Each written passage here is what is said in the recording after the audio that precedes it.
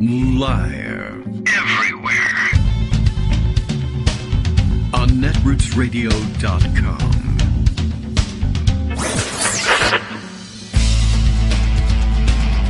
David Waldman. Kagro.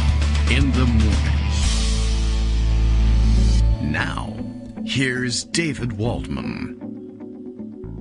Hey, good morning, everybody. How you doing? It's Tuesday, May 28th, 2024. Time to return from a long holiday weekend, Memorial Day weekend.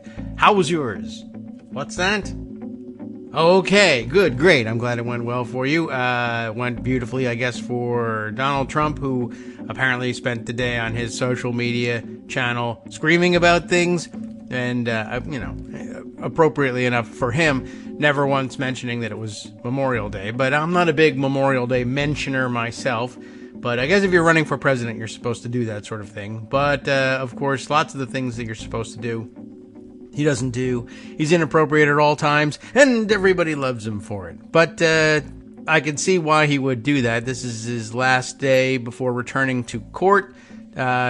Or yesterday was his last day, I guess, before returning to court. Today, Tuesday, they return to session for closing arguments, and probably will take a day or more. The various newspaper previews trying to paint a vivid picture for everyone who won't be watching because there's no actual television coverage.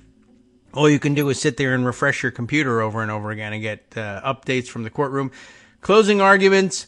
First from the defense and then second from the prosecution, something that Donald Trump thinks is very, very unfair. And, according to his social media channel, I guess believes that it usually goes the other way around, but they changed it for him because of how rigged things are. But no, that is apparently exactly how it works all the time. I'm not in criminal court a lot myself. I tend to stay away from the whole crime committing thing, but it's something he needs to get used to. And, well, tough luck. What can I tell you? So, by most reports here today, they're expected to go all day. I guess the defense, I don't know. Do you think at this point they even care about stretching things out and making things run longer? Because as long as he's still on trial, he hasn't yet been convicted. Will they try to put on some sort of marathon closing and just wait for the judge to tell them you have to stop? Or do they have a real plan? I don't know. We'll find out, I guess. The predictions are that it'll take all day, possibly spilling over into tomorrow. And then jury instructions could take some time as well. And basically no one knows what to expect. I think the New York Times live updates said something along the lines of like, well, once the jury is deliberating, they could do it in a matter of hours or they could deliberate for weeks. It depends what they're asked to decide and how they feel like deciding it, and I guess probably to some extent how long they want to stay there. They could probably get things over with if they want to get the hell out of there, or they may have been, it's like now they have Stockholm Syndrome. They want to stay jurors for the rest of their lives. All right, so we'll wait for courtroom updates probably until tomorrow, really, if they're just going to be arguing all day. As for the closing arguments myself, I guess we could host something like that here. I argue that they should close, whereas others say, no, definitely not. So you can see we're in disagreement. Those are the closing arguments in sum. Now you are all caught up, and you can pay attention to the rest of the things that are on the plate for today. What else have we got? Oh, yeah, Justice noting, has Melania not shown up even once? Is that it? I think I did see that Don Jr. eventually made an appearance. First, Eric was the only one showing up. I don't know whether Ivanka ever showed up, but that's why he started to demand that elected Republicans come and spend the day defending him and sitting behind him in support in the courtroom. He couldn't get his family to do it. And I don't know, maybe that works just as well for him. Okay, well, it being Tuesday and not Monday, though it feels like Monday, it's Tuesday, means Greg Dworkin not here. Joan is out for what? This week and next week, I believe. We spoke about that at the end of her last appearance. So hopefully a nice vacation and a good break to get everything back up and running the way it's supposed to be on the home front. And, lots of busy stuff to get through. I don't know. This is no summer vacation for us. The news, it never stops. There's plenty of other things to round up, of course.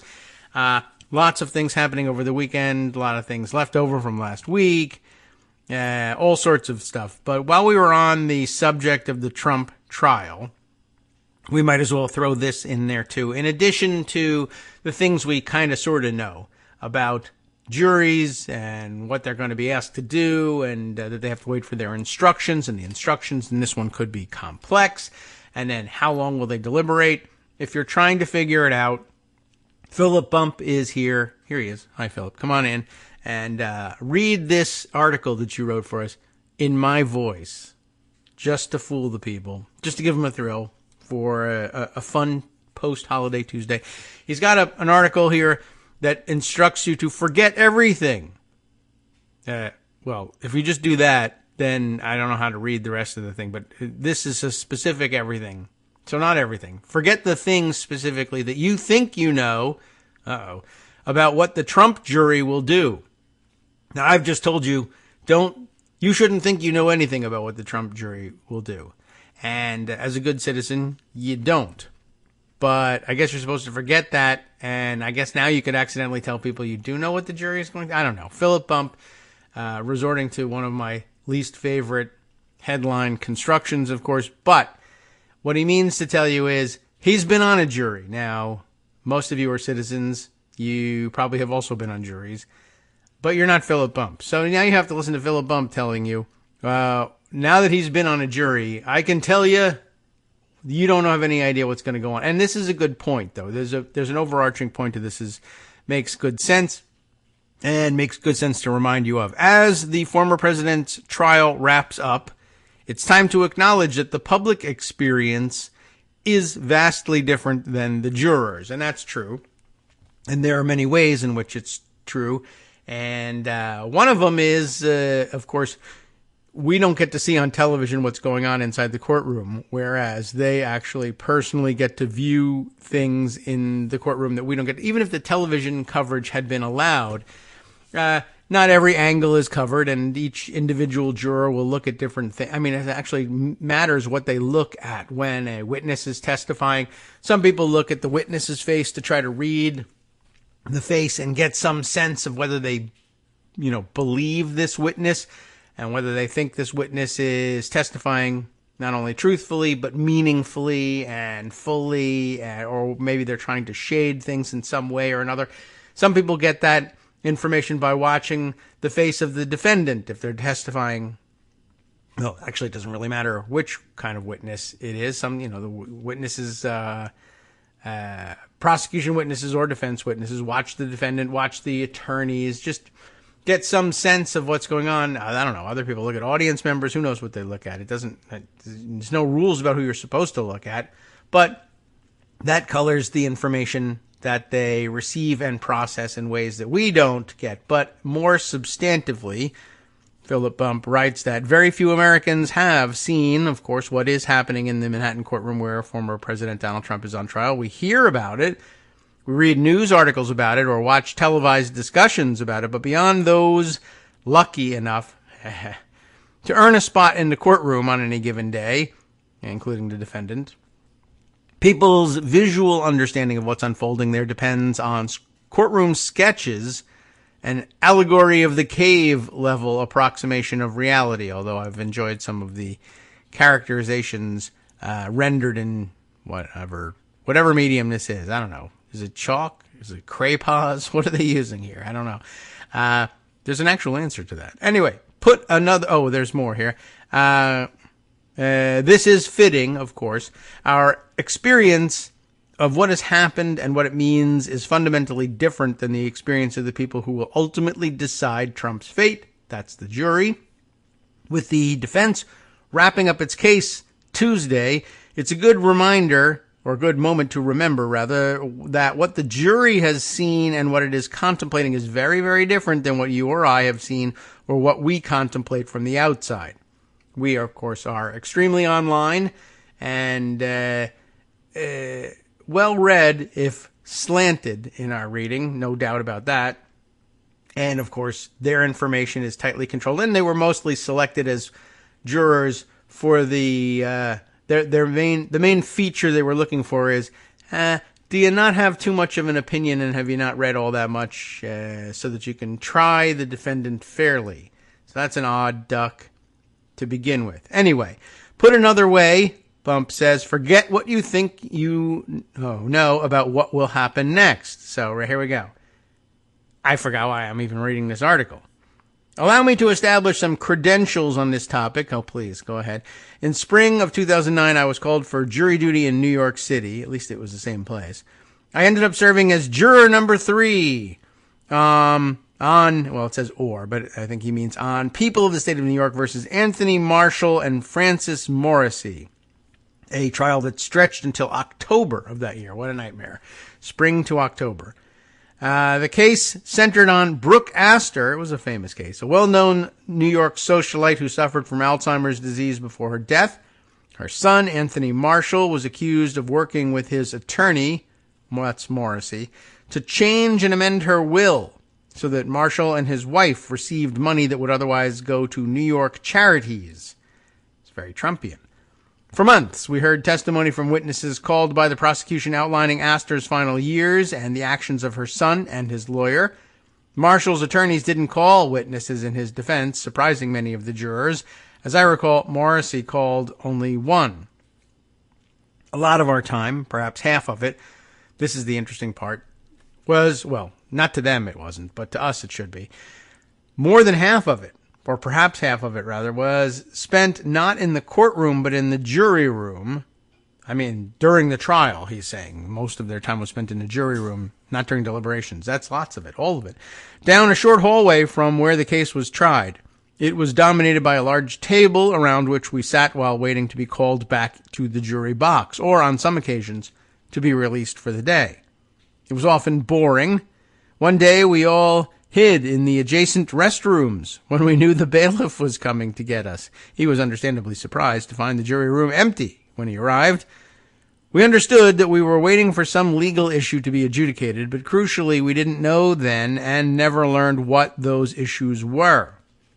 Right, that gets fought out, if not in front of us, it's reported in detail to us what was being argued about, what was the issue, what does one side say, what does the other side say, what do legal experts say about how that should come out, what's the precedent for this sort of thing. All of that happens outside of the view of the jury, and the arguments are kept from them, and once they decide what they'll present to the jury, only that is presented to the jury. That's a different picture than you and I get. The lawyers and the judge were, in Bump's case here, discussing what evidence might be allowed or the constraints of a witness's testimony, debates that would make it into media coverage of the trial, but we weren't privy to any of it. Our experience of the case and the broader situation was constrained by what we saw in the courtroom. We were given notepads on which to record our observations, but we didn't even get to keep those. They were collected and only returned to us when we reached the point of deliberation.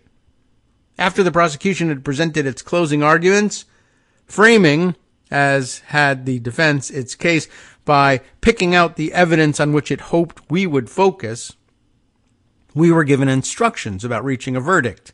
Our task was not simply to determine whether Marshall and Morrissey had committed a crime. It was instead to figure out whether they had committed the specific crimes for which they were indicted, crimes with specific criteria that established their commission. If there was any reasonable way to conclude the defendants hadn't met those criteria, then they were innocent. If not, guilty. When we walked into the jury room to begin our deliberations, I did not expect it to take long. To me, the criteria had clearly been met in some regards and clearly not in others. I naively assumed that everyone had reached the same conclusions. Obviously, they had not. It took us 11 days to finalize our verdicts on the various counts at issue, including our allowing ourselves to sleep on our final decisions before returning on them the day they were handed down. Over the course of those 11 days, we deliberated. We took occasional votes to finalize our consensus on certain charges, but spent most of the time making our cases to one another. We needed unanimity, as you probably know, but not every juror responded to the evidence or the arguments in the same way. So we had to figure out how to reach consensus with that additional boundary. We had to match the evidence shown in court to the laws included in the indictment, and within the constraints of interpersonal differences on how people approached those prior two elements. There was at least one charge on which I entered the room thinking reasonable doubt existed, but on which I was later convinced of guilt. Other jurors entered thinking that guilt had been determined, but were ultimately convinced of innocence. We treated the task seriously and engaged in it earnestly, and no one, ourselves included, could have predicted how the evidence and the law and the deliberations would combine for the specific outcome we reached. Many of those who see on television, people like you, see on television, discussing the Trump case, or who you read analyzing it in the Washington Post, or elsewhere, I suppose, are veterans of criminal cases and courtrooms. They have experience in seeing how juries react to presented evidence and can draw conclusions about likely outcomes as a result, but even more so than at the Astor trial, the Trump trial is a unique event, one in which there's been a lot of rumination and consideration leading observers to draw conclusions about what's likely to happen once the case is in the jury's hands. I would caution people, based on my own experience, to remember that their experience from the outside is as different than the jury's and the courtroom sketches are from the reality of being there in person.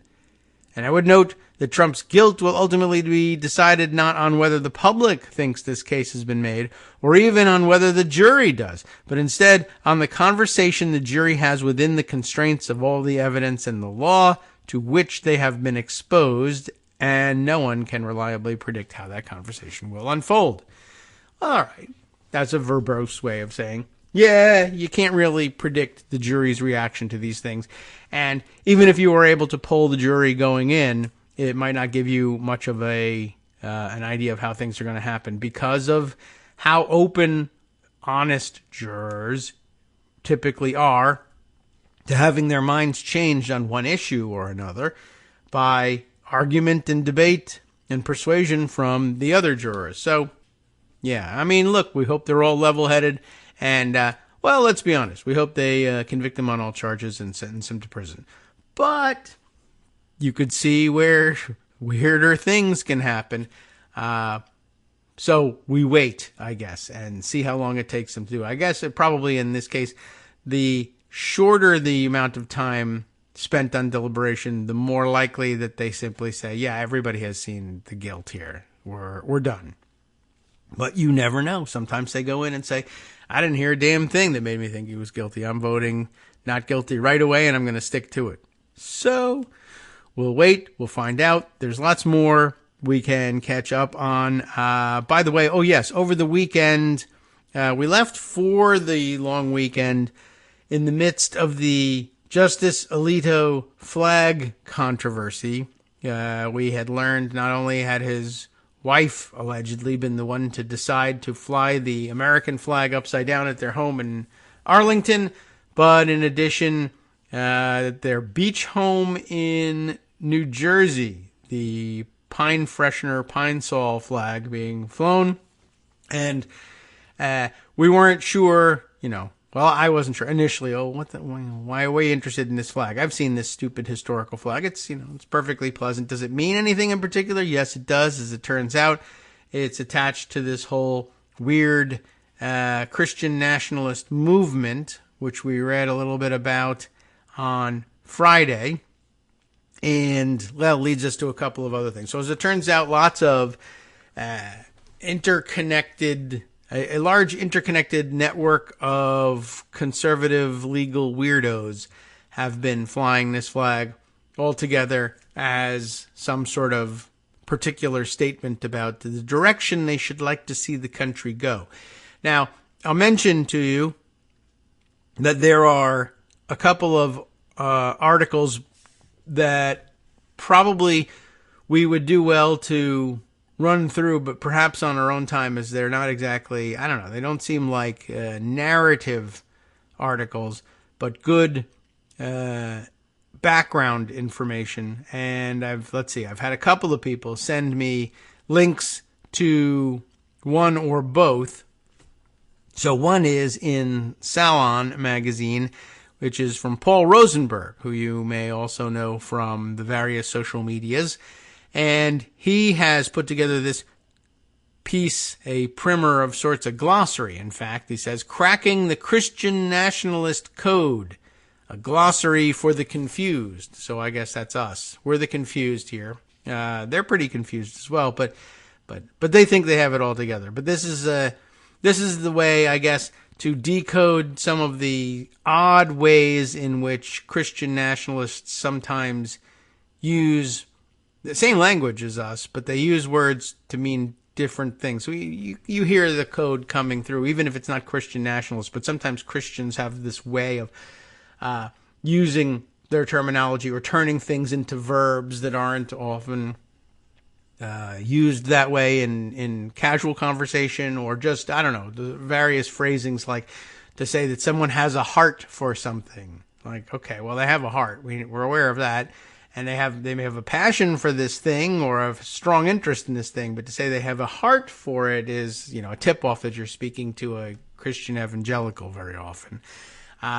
Anyway, so Paul Rosenberg has this thing, and it's a relatively lengthy thing, but it wouldn't really make a great deal of entertainment sense to read through a glossary. If it did, I'd never be at any loss for content. That's true, but I don't even know if I have a print dictionary available anymore to read you. But that can be read as a companion piece of sorts along with, let's see, where is it? Here we go.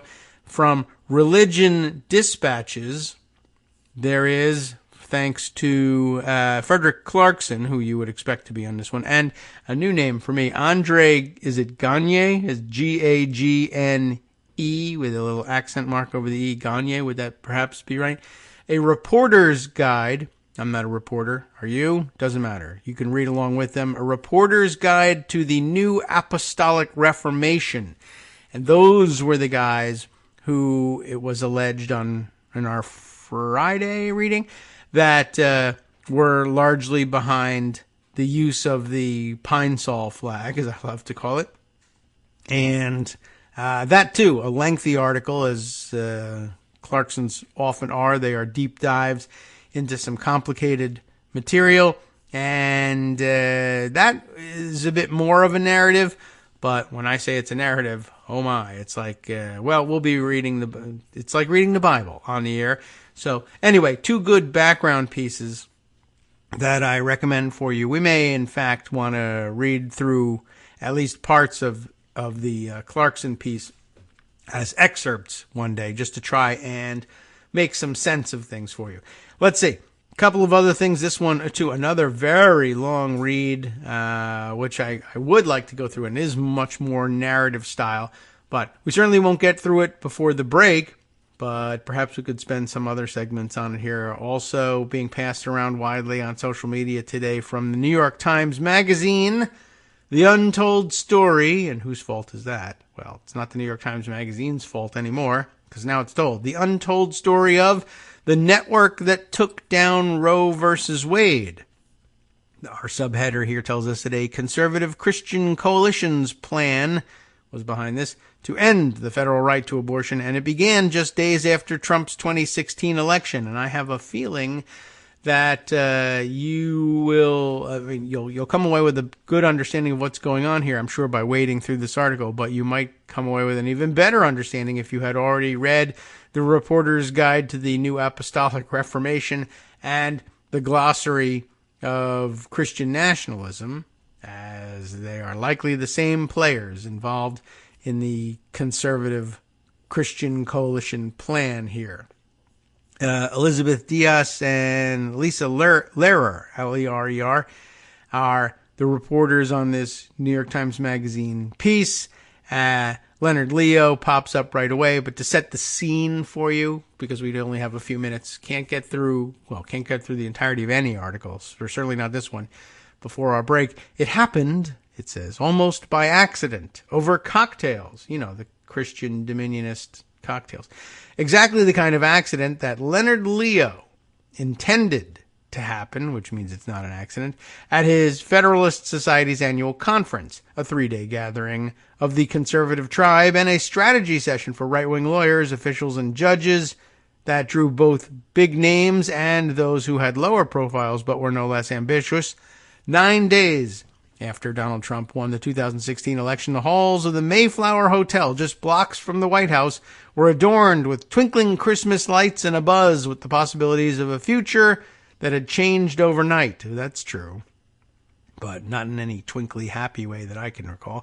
Hillary Clinton, the woman the anti-abortion movement feared more than perhaps anyone, had failed to win the presidency because Electoral College, we'll get back to that later, and Leo and the conservative legal movement that he worked for years to create were about to reclaim power. And with that power would come the chance to do what seemed unthinkable until this moment, strategize to take down Roe versus Wade.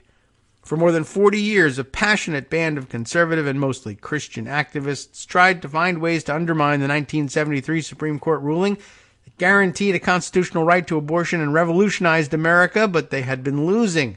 The country appeared to be moving away from them, and indeed it was.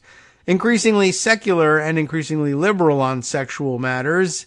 Interesting that they even view it that way, but all right. The anti-abortion movement lacked the critical mass needed in Washington and the control of courts to end federal abortion rights. But now, with Trump, who promised to name pro-life judges in the White House, there was a new vista before them. So you can imagine what that vista looked like as we prepare for our break.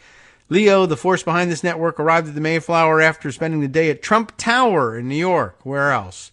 He met with the president-elect and his top aides about turning the list of Supreme Court justice candidates that Leo curated into legal reality. Republicans in the Senate had taken a risk by refusing to hold hearings to fill the seat left open by the death of Justice Antonin Scalia toward the end of Barack Obama's presidency, and now with Trump positioned to nominate one of its own, Leo's movement stood on the verge of an enormous triumph with a court that could once again be dominated by Republican-appointed judges and those who were firmly on the side of restricting abortion. Well, guess what? They did it. Sup, fam? It's your boy Darwin, aka Darwin_Darko, aka the most reasonable man in America, aka KITM's senior black correspondent. You might remember me from such recordings as Spacemen vs. Space Cadets and We Need to Talk About Joe Biden.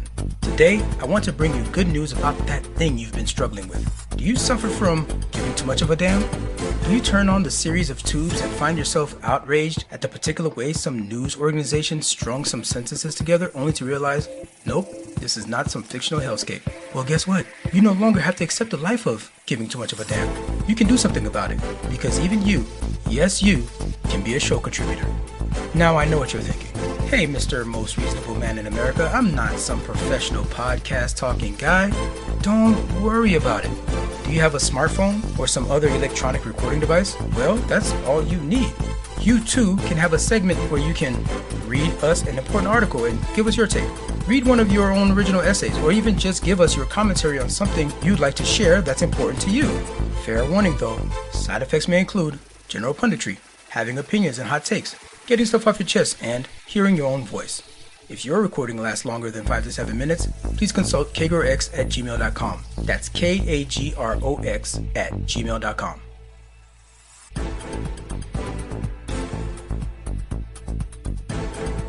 All right, welcome back now to the Kagro in the Morning Show here on Netroots Radio. Just taking care of a little texting business in between and forgetting. Oh, yeah, right, radio show. Totally have to do that.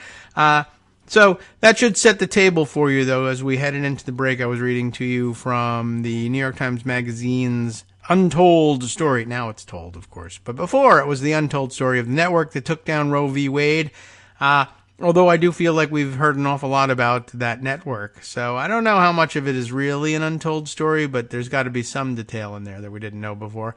Well, otherwise, you couldn't just put that headline on there and just get away with that, right? They'd arrest you and take away your journalism license, presumably? No, I don't know.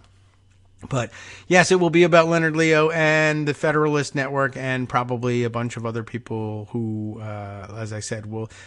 You may have a better understanding of who they are and what they're after if you are also reading the Reporter's Guide to the New Apostolic Reformation and the Glossary of Christian Nationalism. So I do highly recommend that.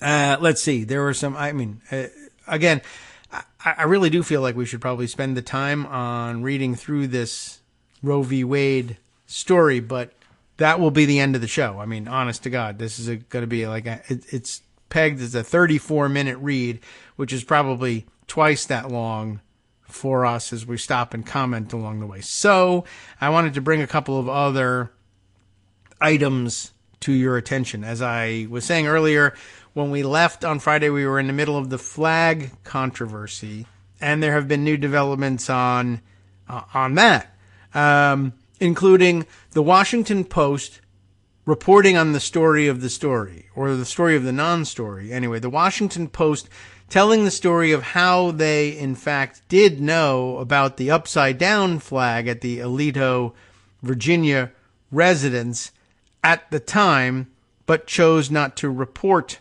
on it, which, in hindsight doesn't look that great. And it's one of my least favorite stories to hear about is stuff that everybody says, why didn't we hear about that at the time? And then the newspapers say, oh, we knew, we just had some journalistic reason not to tell you. And that always bothers me. And of course, it ranges from small things to this, which is perhaps a medium-sized thing, to my favorite example, least favorite example, of course, the New York Times figuring out in 2004, leading up to the November election, in which George W. Bush was seeking re-election to the presidency, that he had, in fact, his administration had directed a whole program of illegal and unconstitutional domestic surveillance, warrantless domestic surveillance, that should by all rights have seen him impeached from office, but instead everybody decided it was A-OK, and partly because the New York Times, which found out about it, decided, well, we won't tell anybody about it now because this is the most mind-bending thing I've ever heard in my life. That could affect the outcome of the election. Yeah, it could. It would be an interesting thing to do for a newspaper to give people information based on which they could make informed decisions about who should be president of the United States. If you're not at some level about affecting the outcome of the election, I don't know what you're doing in that job. I can't tell you. I don't know.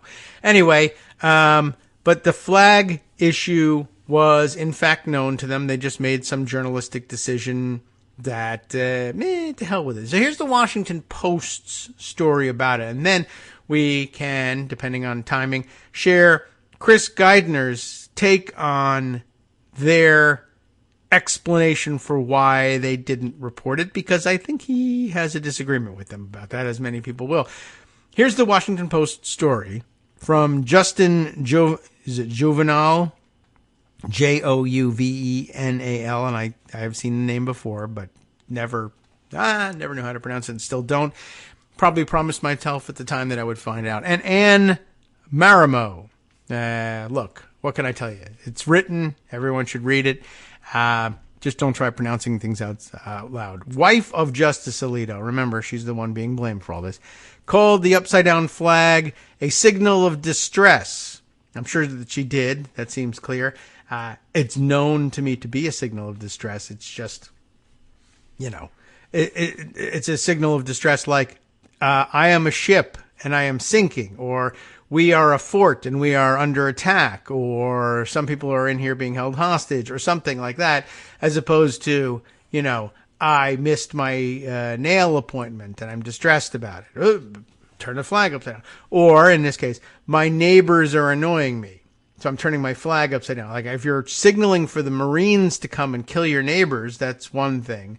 But if it's just, all here present should know that I am frustrated with my neighbors politically, that's just not a thing you fly a flag upside down for. So, anyway, sounds like it was a dumb excuse at the time and remains a dumb excuse. So here's the story. In January of 2021, the subheader tells us, Martha Ann Alito said the flag, a symbol embraced by election deniers, was raised outside her home. That is to say, the inverted flag was raised outside her home in response to a neighborhood dispute, which is, again, it's not a recognized use for the upside down flag thing. And really, honestly, the scene being described, I guess I could see in a more genteel time, perhaps, the decision not to report this story more out of concern that this was just some sort of borderline psychotic episode for the justice's wife. And, we don't really want to pry into her mental and medical condition.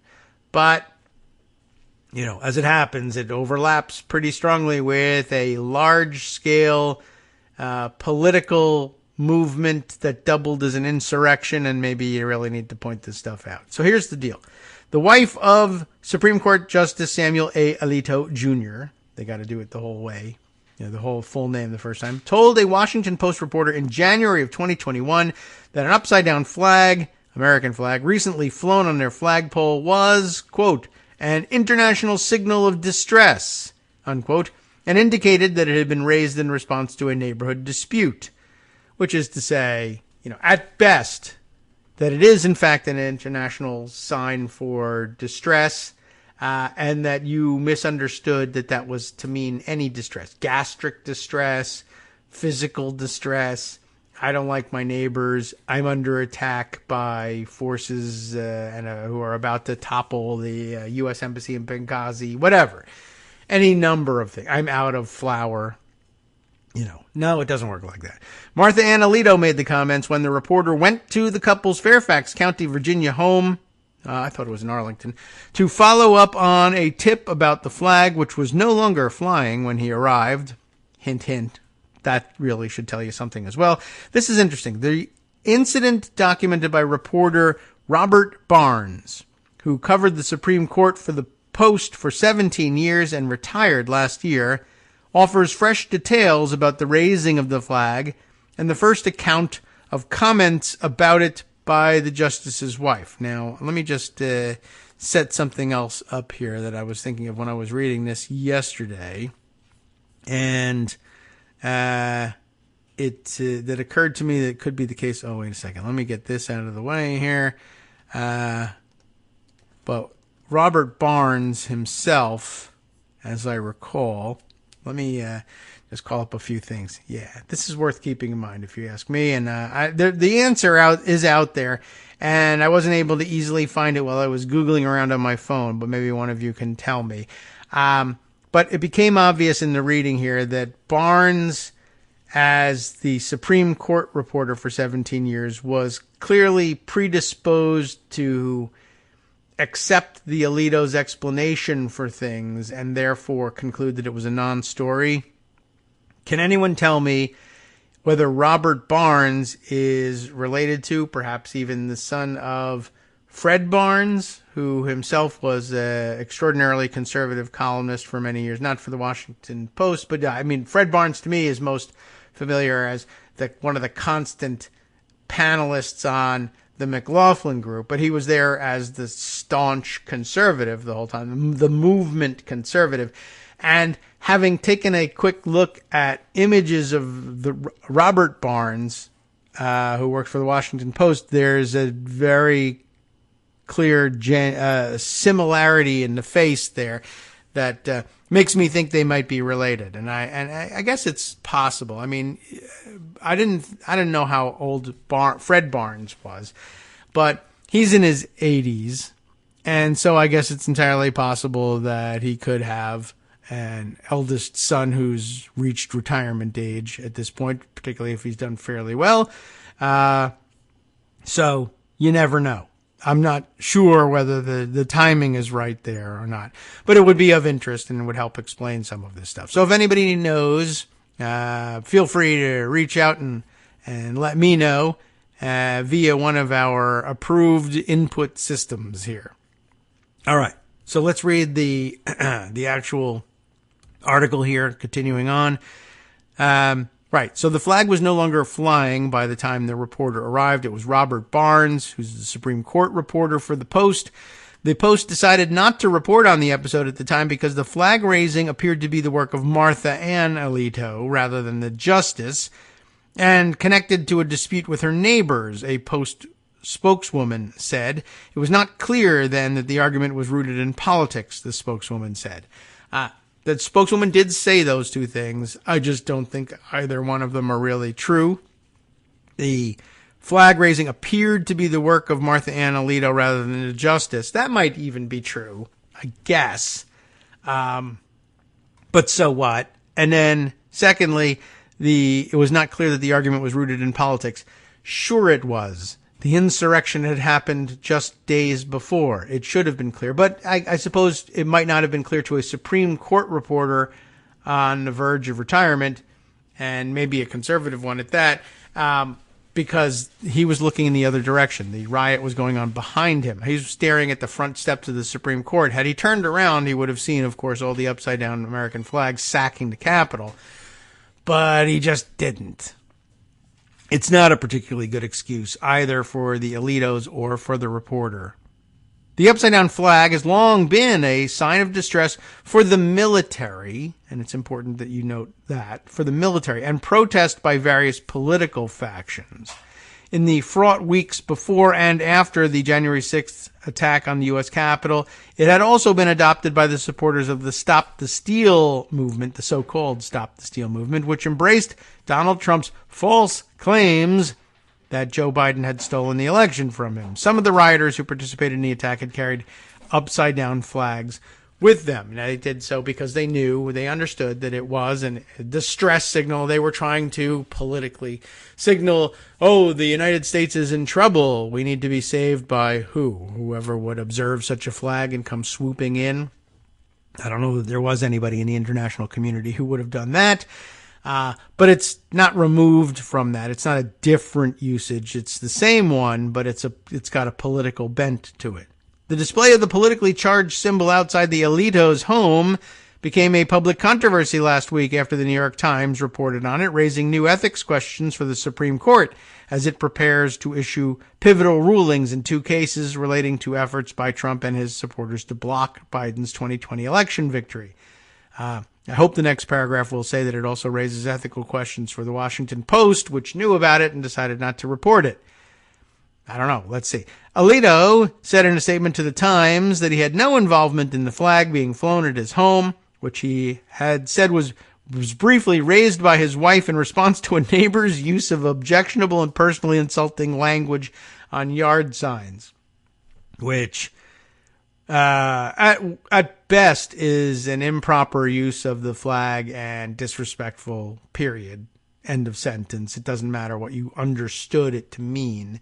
It's not a thing you do for personal disputes.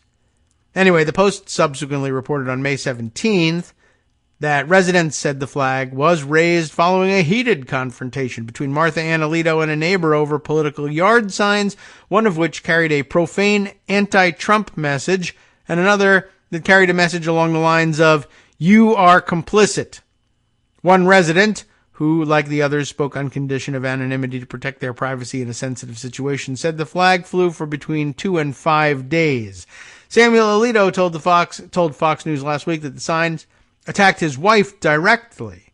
Martha Ann Alito has not publicly commented on the recent reports. So, of course, if it's an F Trump sign and a "You are complicit" sign, it doesn't, of course, attack Martha Ann Alito directly, and even if it did, it still wouldn't mean that flying a flag upside down is an apt response.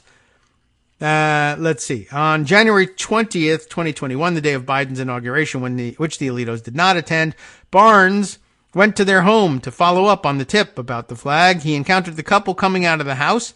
Martha Ann Alito was visibly upset by his presence, demanding that he, quote, "get off my property." As he described the information he was seeking, she yelled, "It's an international sign of distress," which usually, ordinarily, when you give an international sign of distress and someone arrives, you don't say, "Get out of here, get off my property." You say, "Help, I'm in distress. Thank God you've arrived. Help me out." But, of course, she believed that a member of the press was there to attack her further rather than to help. Anyway, you can just sort of see how this is unfolding. They're walking out to their car, and Mrs. Alito freaks out and starts yelling at the reporter and tries to, I'm sure that by yelling at the reporter, "It's an international sign of distress," the reporter will then say, "Oh, okay." Well, as it turns out, they did. That's weird. Alito intervened and directed his wife into a car parked in their driveway where they had been headed on their way out of the neighborhood. The justice denied that the flag was hung upside down as a political protest, saying it stemmed from a neighborhood dispute and indicating that his wife had raised it. Martha Ann Alito then got out of the car and shouted, in apparent reference to the neighbors, "Ask them what they did." She said yard signs about the couple had been placed in the neighborhood. Ooh, no, not that. After getting back in the car, she exited again and then brought out from their residence a novelty flag, the type that would typically decorate a garden, and she hoisted it up the flagpole. "There! Is that better?" she yelled. She's really clearly out of control, not dangerously out of control. But I'm thinking it's clearly bothering Justice Alito, and he's trying to just, Martha, and just get in the car and be quiet and let's just get the hell out of here. Don't you see you're giving them what they want? You're creating controversy. But she's not skilled and trained in dealing with the media. And I don't know, maybe she genuinely thought that if she yelled her points sincerely enough, they would say, yeah, it's the neighbors who are at fault. Really, shouldn't we be writing stories about that? Well, she got halfway there. She got Robert Barnes to say, forget it. I won't report anything.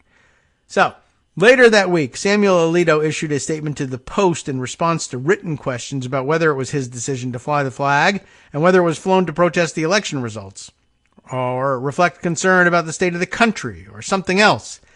"I had no involvement whatsoever in flying the flag," he said, using wording almost identical to the statement provided to the Times last week.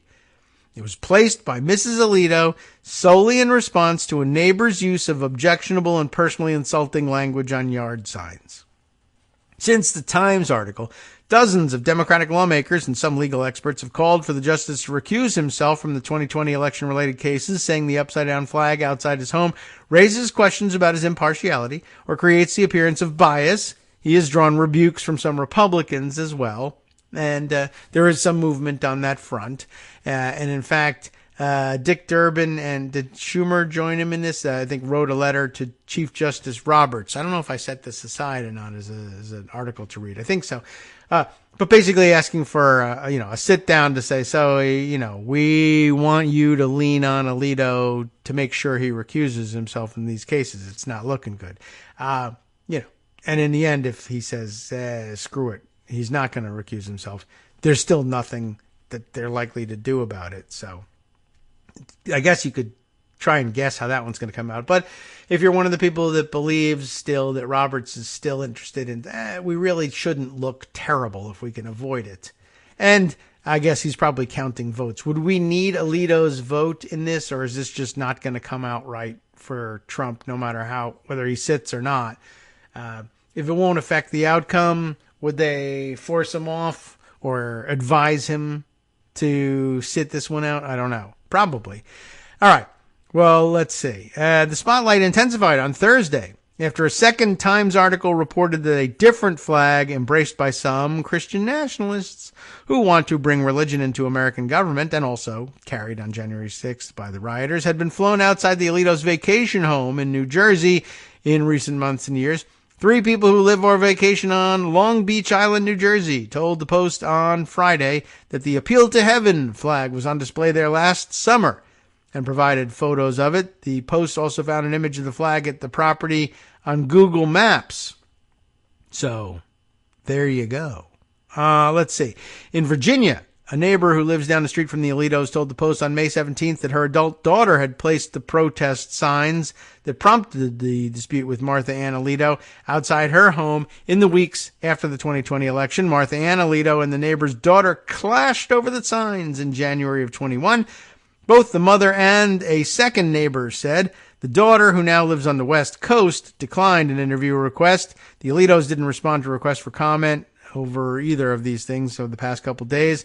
From the Post, anyway, the scrutiny of Martha Ann Alito, 70, comes 2 years after another Supreme Court spouse, Virginia Ginny Thomas, made headlines for her political activism connected to the 2020 election.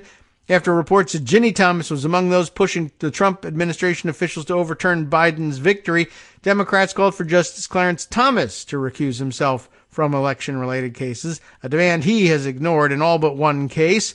The recusal statute standard that applies to federal judges and justices is not limited to actual bias. It also includes the appearance of bias.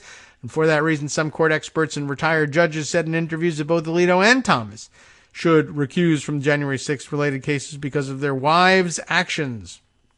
Outside of his home in 2021, Alito indicated the flag was his wife's doing, not his, noting that they lived together in the house and that the spouses of justice are free to express their opinions.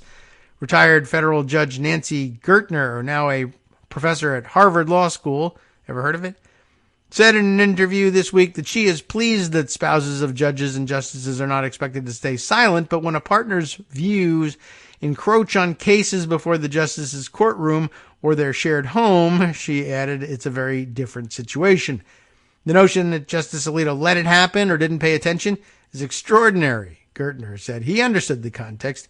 They were having a political battle, and this was a political statement. If Alito and Thomas spell the difference between one outcome or another, that would be simply outrageous, she said, of the cases related to the 2020 election and the January 6th attack. One case deals with whether Trump may be criminally prosecuted at all for his efforts to remain in office after losing the election, and the other asks whether the Justice Department can use an obstruction charge to prosecute more than 300 January 6th rioters. Decisions are expected, of course, by the end of June. During Gertner's tenure on the federal bench in Massachusetts, her husband was legal director of the ACLU of Massachusetts.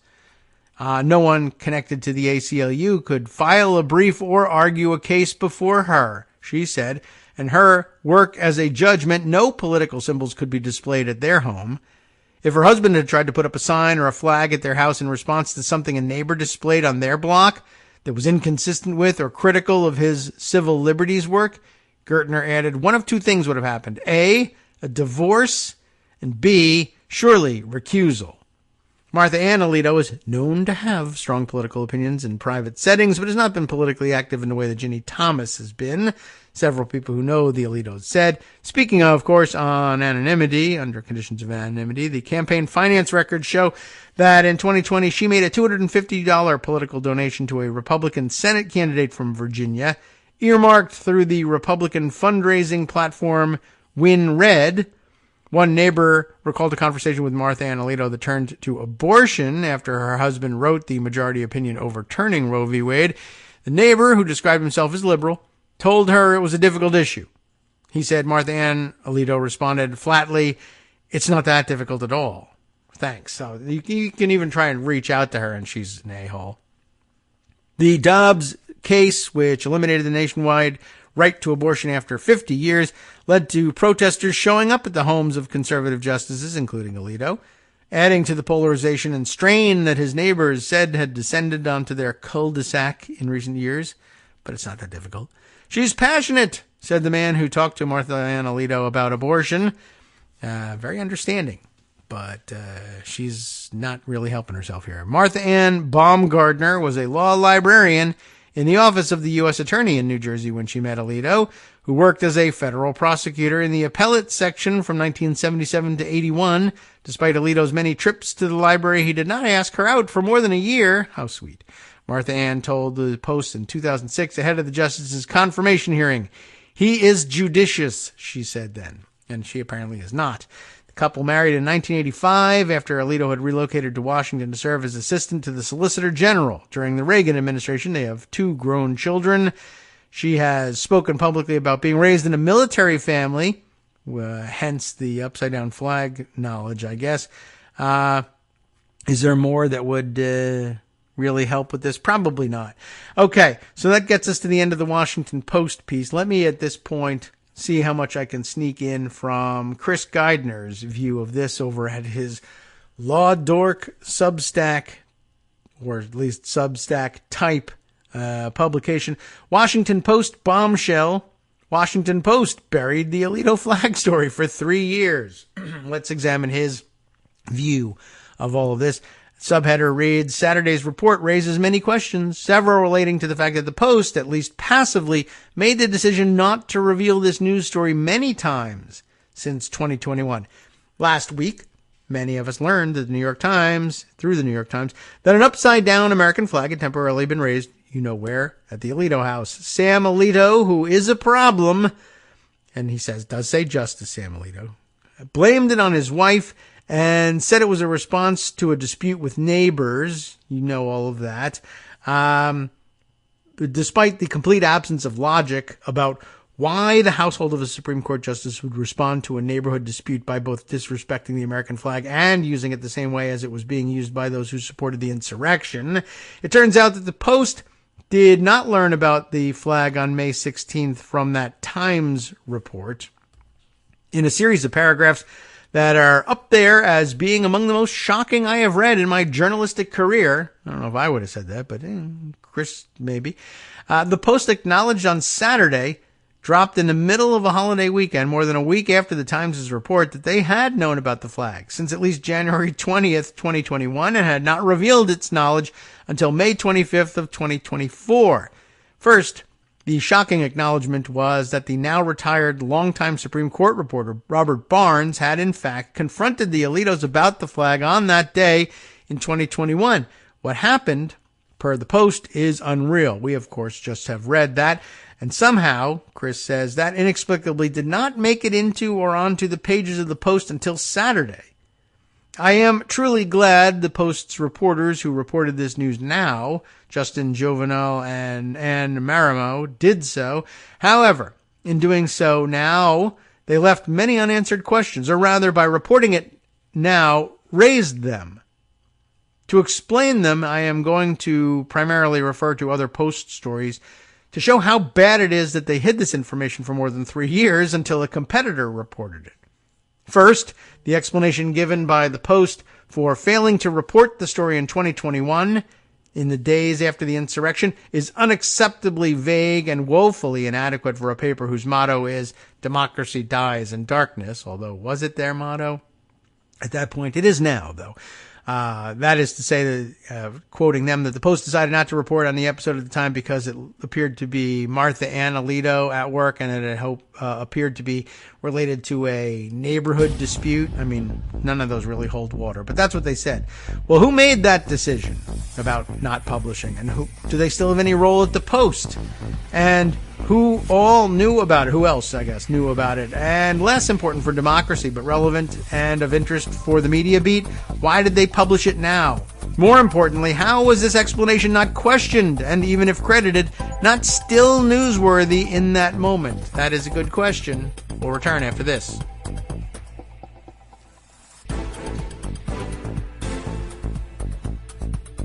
All right, welcome back now to the Kagro in the Morning Show here on Netroots Radio. Just thought I would check in on social media inputs here to see whether there was any information on, any of the pronunciation battles that we've been having, but looks like, all right, we're back up and running here, but for a minute there, Blue Sky was blanking out on me here. Okay, let's continue on now with Chris Geithner's take on all of this. It's a good question, right? How was this explanation not questioned? Although I could see it being an awkward thing, certainly.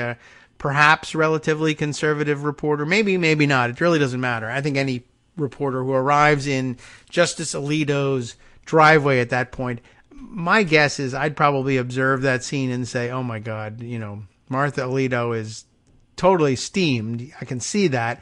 And Justice Alito is kind of, I think it looks to me like he's trying to be like, listen, shh, you're going to get me in trouble here. Be quiet. And she keeps popping out of the car and running into the house to like rummage through their flag collection to come back out and put up another novelty. I mean, she's really, I don't know. She's divorced from her faculties at that point, which, that may be a story in itself. But I could see perhaps why the reporter is like stressed and embarrassed and looking to get out of there. And, I don't know that I would have followed up the same way and said, man, no story there. I would have said the story is, unfortunate as it is, there was a little bit of a freak out in the driveway at the Alito's place, and Justice Alito's wife went off the rails, and I know he'd probably rather that I not report that, but she did do it, and, the reason he was trying to shush her was so that she wouldn't do this and get it reported in the papers, but he didn't succeed, so it's in the papers. I don't know why you avoid the whole thing.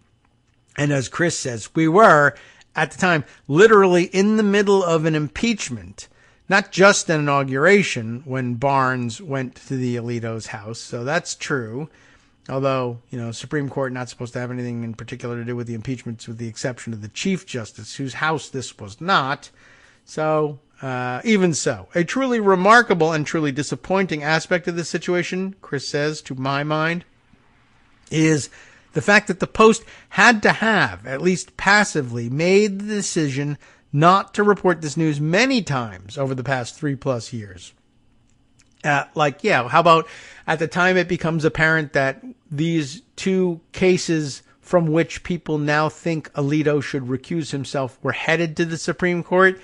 Had they had this information all along, no doubt people would have been calling for Alito to recuse himself anyway. They were calling for Thomas to recuse himself. They would almost certainly have been calling for Alito to recuse himself before the cases were ever heard.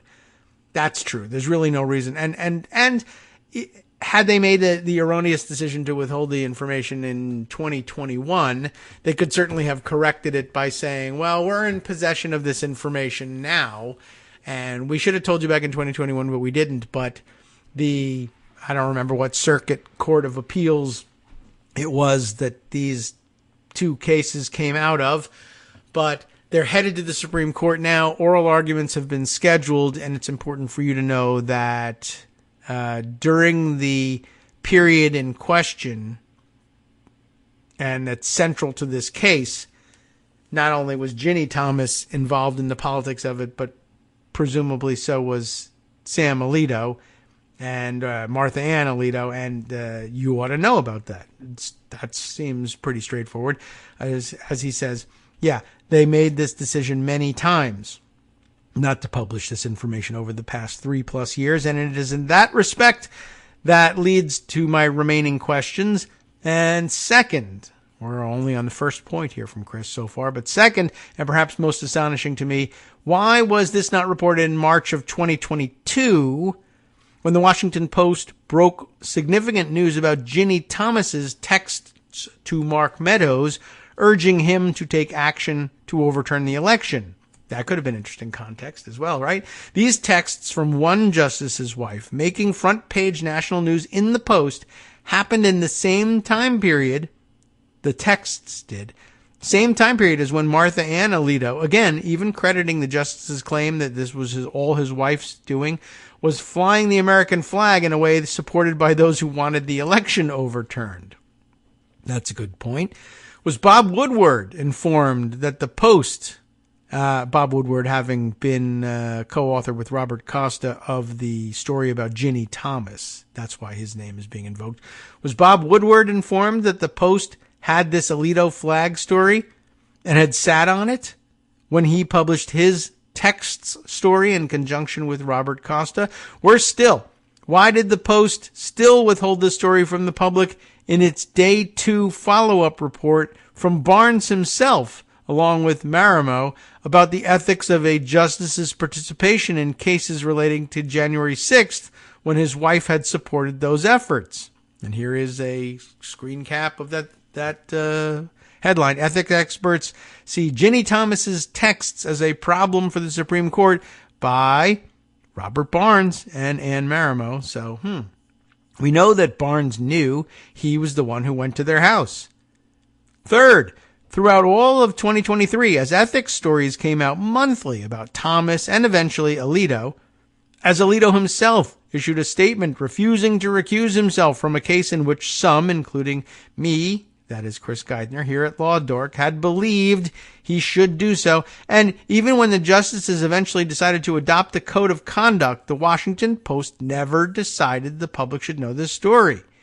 Fourth, and finally, after all that, how was this possibly not raised earlier this year in conjunction with the many stories the Post published surrounding the case over whether Colorado could block Trump from the ballot under Section 3 of the 14th Amendment, the cause that bars former officials from office if they, quote, engage in insurrection?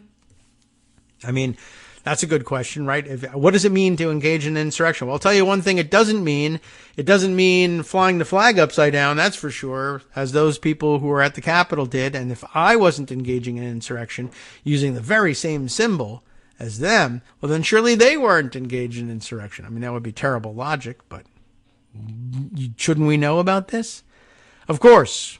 To continue with Chris's writing here, the U.S. Supreme Court rejected the Colorado Supreme Court's decision barring Trump from the state's primary ballot, holding both that Colorado couldn't make the decision and also setting forth additional rules for how Section 3 can be applied. Notably, though, it was a bare 5-justice majority who issued that further-reaching decision. In a case involving no federal action whatsoever, the court opines on how federal enforcement of Section 3 must proceed. The trio of Democratic appointees wrote in a portion of their opinion disagreeing with the majority. Justice Amy Coney Barrett also decided to join that section of the majority's per curiam opinion, as Alito provided a fifth essential vote, hollowing out the 14th Amendment's bar to insurrectionists holding office. The Post sat silent. So, good points all. And good additional context and information for understanding the controversy as we had left it on Friday. Okay. So, man, there's more, as it turns out. Where shall we turn next? Oh, yes. I guess speaking, so side note to the mention of the Colorado case, I have this bit which I think Scott sent me last week, and we didn't get a chance to sneak it in. It's actually from the BBC, which I can't believe. It's like, what's that guy's name? Oh, Ringwis over on Twitter. He's the British guy, the very young guy who everybody is turning to for discussion of congressional procedure. Now we have the BBC reporting on this aspect of American political procedure. Where's the rest of it? I don't know.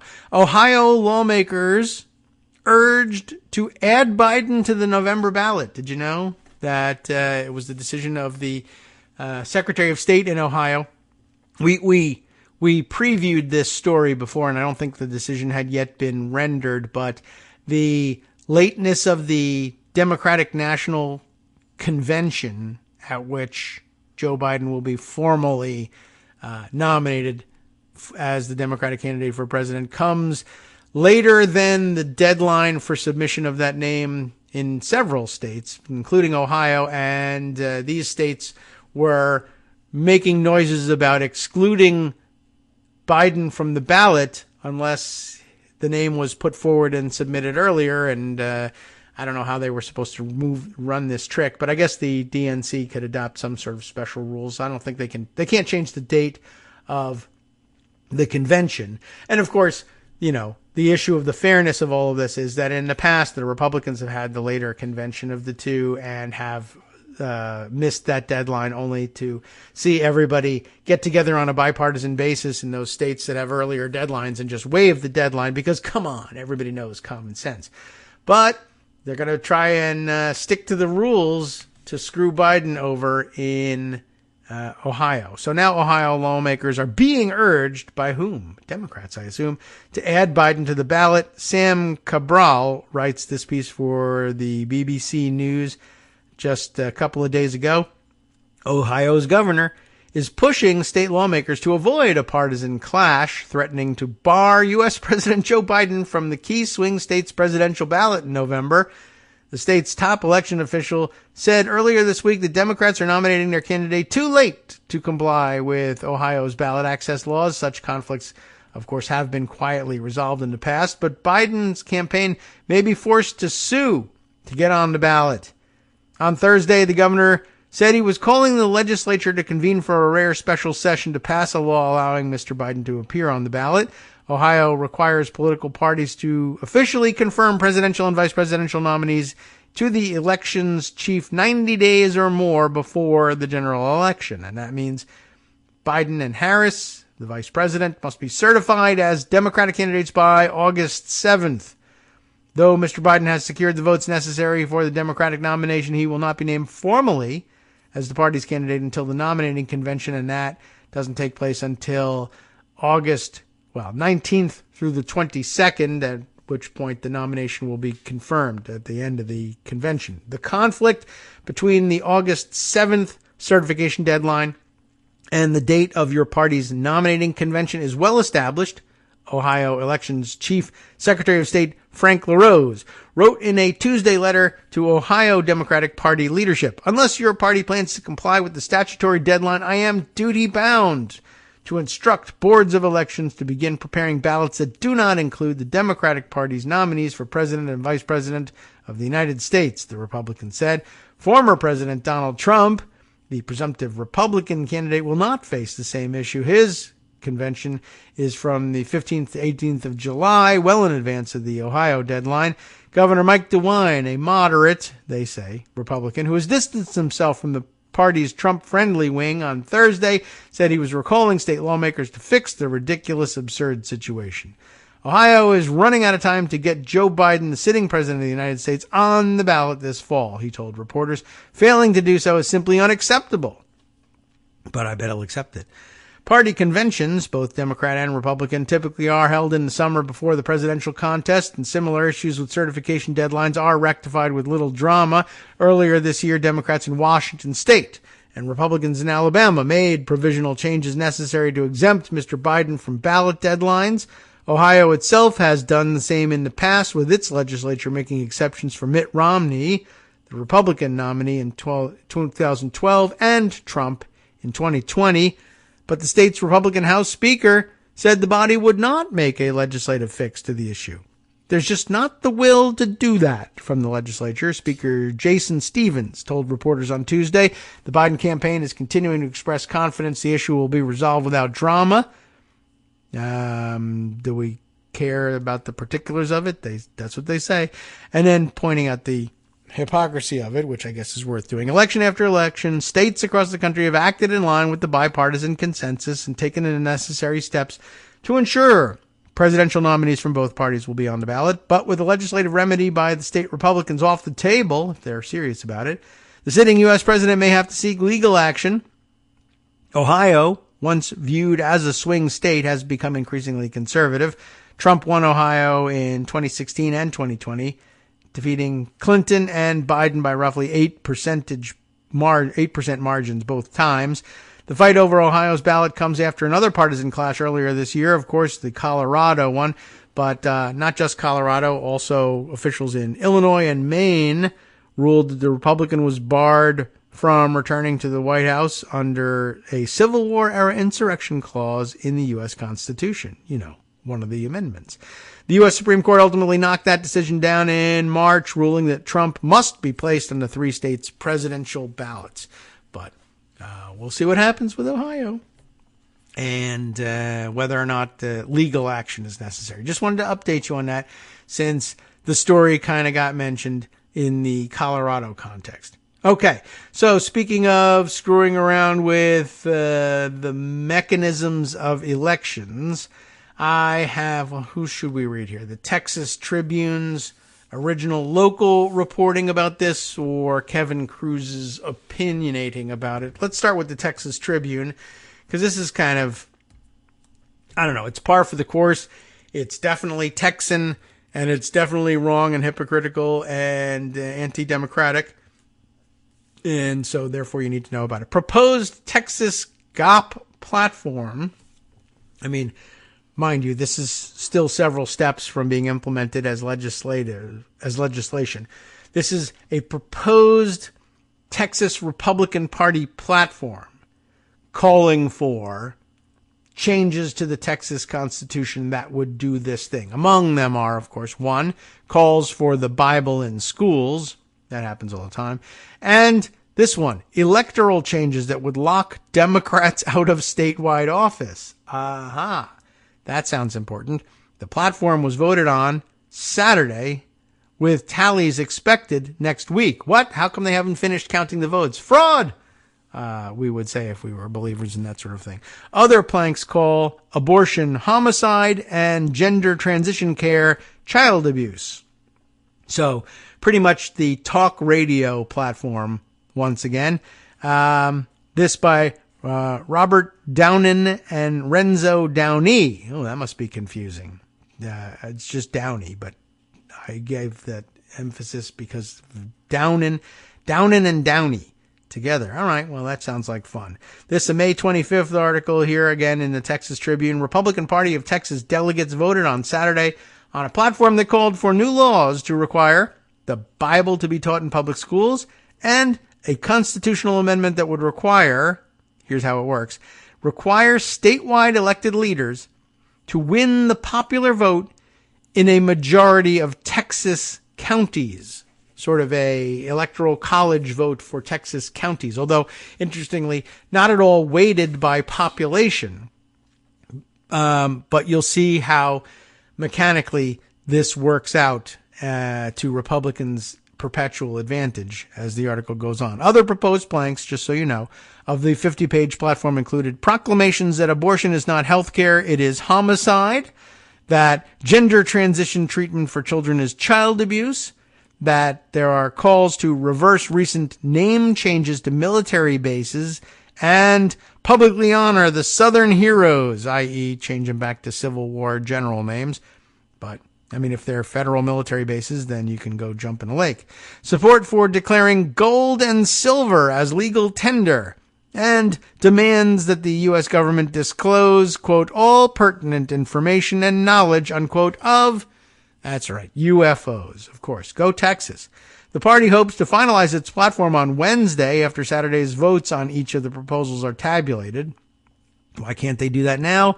I don't know. Does that become fraud when Democrats do it? I don't know. They're just idiots.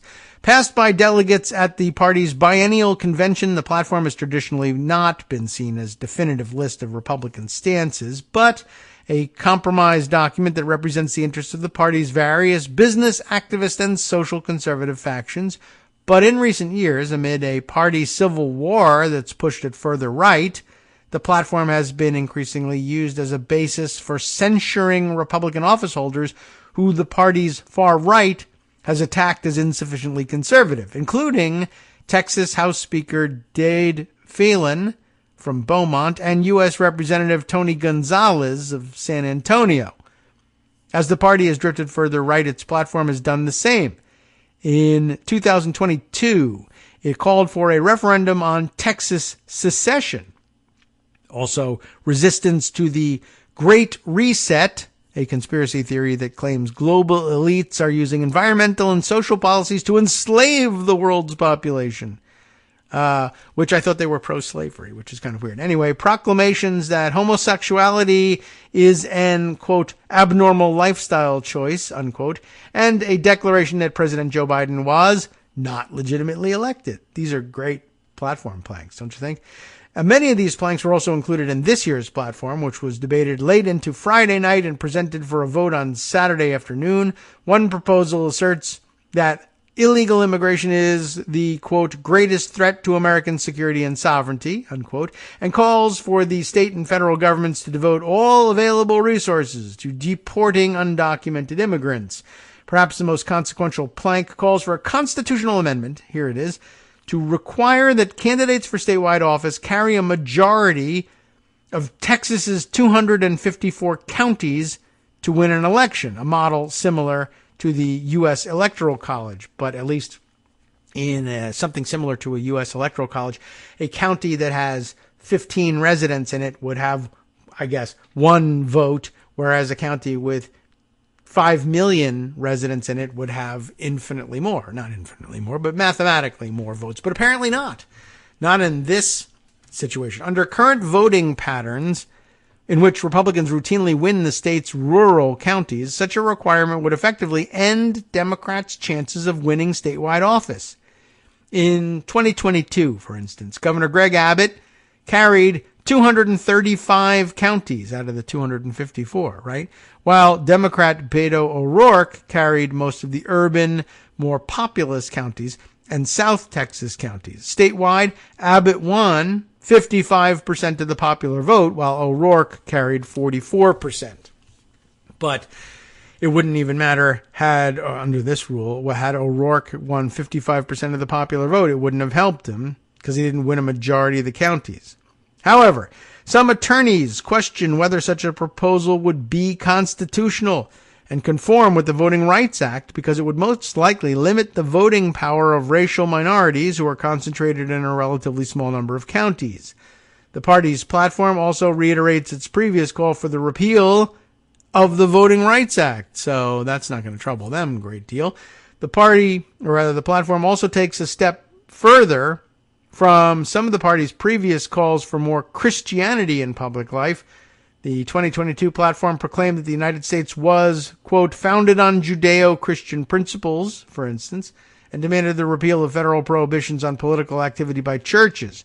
The 2024 program goes significantly further, and it urges lawmakers and the State Board of Education to require instruction on the Bible, servant leadership, and Christian self-governance, all supposed to be taught in schools, I guess, and supports the use of religious chaplains in schools, which was made legal under a law passed by the state legislature last year, though no one has ever ruled on the constitutionality of it. Though more subtle, another proposed plank could also aid Republicans' ongoing attempt to further infuse Christianity into public education.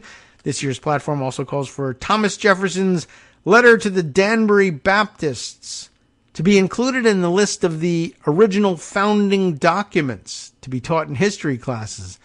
Really? Because everyone knows about it, right? You know what? Everyone can quote from the letter to the Danbury Baptists, right? No? I actually never heard of it? Okay, yeah. I'm right there with you.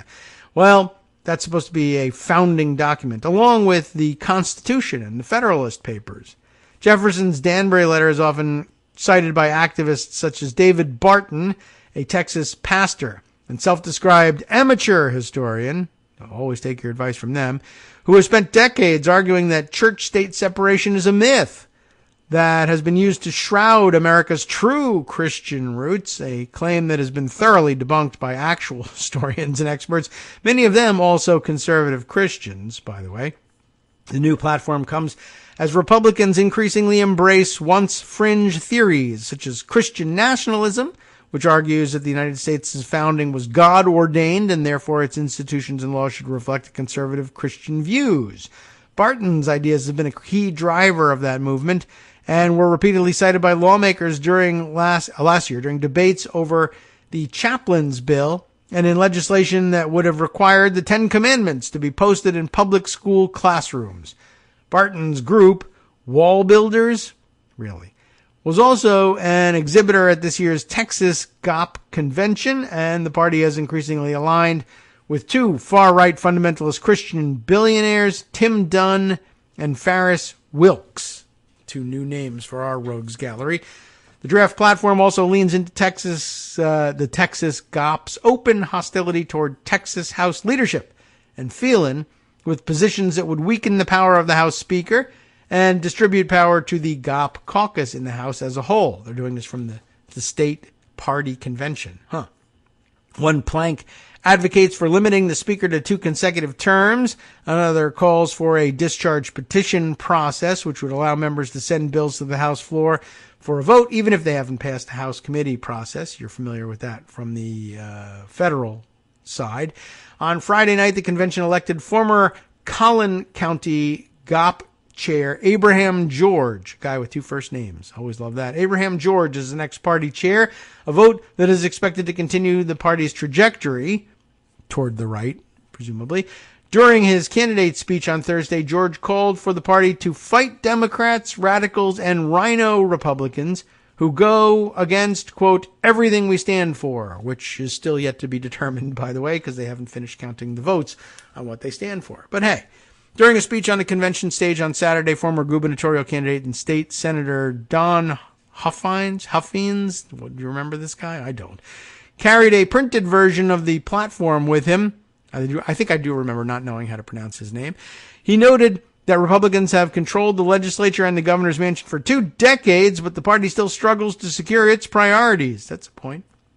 We could get any piece of legislation done anytime we want, but every session we struggle to get our platform into law, Huffines said, and that's probably because of the, federal and state constitution and people's consciences. Oh well. So, as I mentioned, there was more opinionating on that from Kevin Cruz, which is presumably well worth your time to read. I just found it kind of interesting. Kevin Cruz, having written at his Substack, Coward of the County, noting this controversy and commenting upon it, but I think we've got it pretty well covered here. Time for our third and final break coming up here, and we can use that break to survey the damage we've done to our remaining, I guess, our lineup of stories awaiting discussion here in Pocket, and making some programming decisions for the last 30 minutes or so, and seeing if have we caught up on all the things that we need to catch up on, or do we want to sneak one or two more things in? And now might be a good time to use as a break. We've got a bit of pre-recorded activity from Rosalind McGregor to catch up on, plus another story suggestion of hers along the way. So we'll be right back.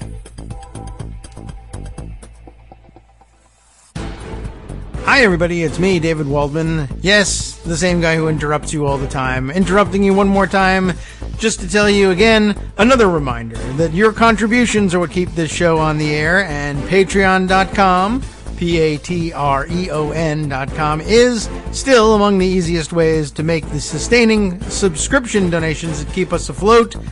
Are you ready for the pep talk about how our Patreon campaign is still going strong and growing? Well, too bad. Yeah, the plain fact is we actually are headed in the wrong direction, and whereas we once had about 175 monthly patrons, we're now actually down below 150. Time to recruit some more. Not exactly the kind of news I wanted to share, but there it is. For those of you in a position to support the show, patreon.com does make it easy to make those secure, recurring monthly contributions to do so. Patreon.com/KagroX gets you straight to our donation page. We've been through a lot together. The worst of the pandemic, we hope. The worst of the insurrection, we hope. So go ahead and treat yourself. You don't need an excuse. Give yourself the gift of a little something you enjoy in life. Support the show. And of course, if you happen to prefer using PayPal or even the Square Cash app, we're up and running on those options too. So thanks again, everyone, for all your support. We couldn't, or at least shouldn't, do it without you. Hope you'll be on board soon too. Thanks for all your support.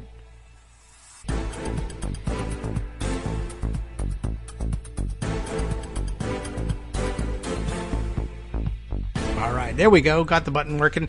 Welcome back, everybody, to the Kagro in the Morning Show here on Edwards Radio. Just a little bit late and catching up on inputs via text. Scott Anderson sending a relevant question and me wasting my time sending an irrelevant response, but a response nonetheless. But this is a good question. He notes here that so far I've seen no reporting on what Martha Ann Alito's novelty flag subject was. That was a good question. I mean, it didn't get reported. The reporter saw the thing, of course. This was part of the big exchange. She runs in and gets a novelty flag and runs it up the flagpole and says, there, would that be better? It may be something completely anodyne. I think they said in the article that it was the type of novelty flag one might see decorating a garden, the ones that usually hang vertically rather than fly horizontally. So it might be something as useless to report on as a bunch of daffodils and the script welcome on it. I don't know. Of course, it could also have been one of Justice Alito's Jersey Shore t-shirts, like the novelty t-shirts from Big Peckers or FBI Female Body Inspector or something like that. I doubt it, but you never know. And, of course, I mean, I guess Nazis have gardens. They might have swastika garden flags. It might be worth pointing. I mean, it probably was something so dumb and non-specific that they didn't bother reporting it. But then, I guess, keeping in mind that they saw the whole incident as so stupid and insignificant that they didn't bother reporting it, there are probably legitimate questions now, and you should ask and find out, and we'll probably be disappointed in the import of the answer, but I'd like to have it nonetheless. Good question from Scott. All right. So as I mentioned, we've got maybe the thing to do here is let's get caught up with Rosalind McGregor, who sent us a rather lengthy story here, which is not on immediate happenings in the news at the moment, but nonetheless helps color the background of how people are getting their news, for one thing. And thank God we have us to bring you the real news, because you're listening to or reading garbage out there elsewhere. But this is an interesting subject here on partisan newspapers, which, of course, were a part of our founding landscape and have more or less disappeared, or had more or less disappeared for many years, most of the last couple decades, when objectivity was fetishized in journalistic worlds, and only now sort of making reappearance has, of course, been part of the political landscape on the right for some time, and provoking some response from the left, more partisan papers coming back to the fore. But anyway, let's explore the subject for the next couple of minutes and give me a chance as well to make some decisions about what else I can squeeze in today. Of course, the whole week stretches out ahead of us, too. So no problem with getting to some of these stories. They'll eventually come out, unless, of course, you know, the jury starts deliberations and finishes up quickly, and then we get to talk about Trump being sentenced as a convicted felon, which will, of course, occupy a great deal of our time. So for now, Rosalind McGregor, let's get caught up. Good morning, David.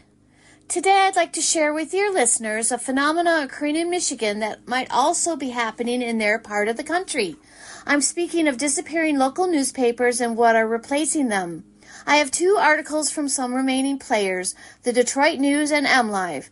The Detroit News is a Gannett paper, joined at the hip with the Detroit Free Press when both papers formed some sort of journalistic Frankenstein's monster several decades ago now. MLive was originally part of the Booth chain and is an online-only version of what's left of local papers like the Ann Arbor News, the Bay City Times, the Kalamazoo Gazette, and others.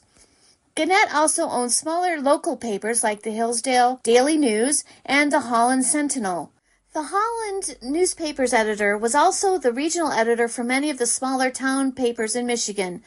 She has done a terrific job of informing people in Ottawa County about the menace that is Ottawa Impact. However, she was recently fired by the Gannett Company after word got out that she vented to a colleague about how she was editing these papers without local reporters or local content, known in the trade as ghost papers. It's also possible that Ottawa Impact leadership applied some pressure to Gannett, as she was always asking for interviews and facts that Joe Moss, County Commission Chair, didn't care to provide. With the Holland Sentinel just being the latest local paper to lose credibility, I'd like to direct your attention to MLive, who whines about what is coming to replace modern journalism. We're going old-timey political papers, folks. MLive writes, a newspaper people didn't subscribe to is showing up in mailboxes across Michigan. The 9-page broadsheet called the Michigan Independent looks like any other local paper, headlines, stories, quotes, a crossword puzzle, and even a recipe for lemon herb chicken. But it's not clear where exactly the newspapers are coming from. The Michigan Independent has no about page, no contact details, and vague details about its ownership. Quote, the tactic of them using old-fashioned newspapers is them trying to establish themselves as local, trusted, independent news sources, said a researcher for NewsGuard, a rating system for news websites. The newspaper's editor-in-chief, Joe Conason, says the Michigan Independent was launched 2 years ago by a nonprofit organization called the American Independent Foundation. It publishes online and delivers print papers to nearly 1 million readers, according to Conason, making it the most widely circulated newspaper in Michigan. The American Independent started out as Blue Nation Review and was incorporated into David Brock's Media Matters for America in 2015. Media Matters' purpose is for, quote, comprehensively monitoring, analyzing, and correcting conservative misinformation in the U.S. media, unquote.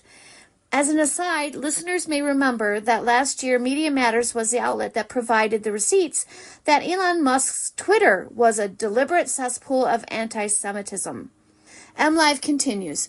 The American Independent Foundation, which operates 4 state news outlets, describes its mission as using journalism to educate the public, giving them information they need about local and federal issues.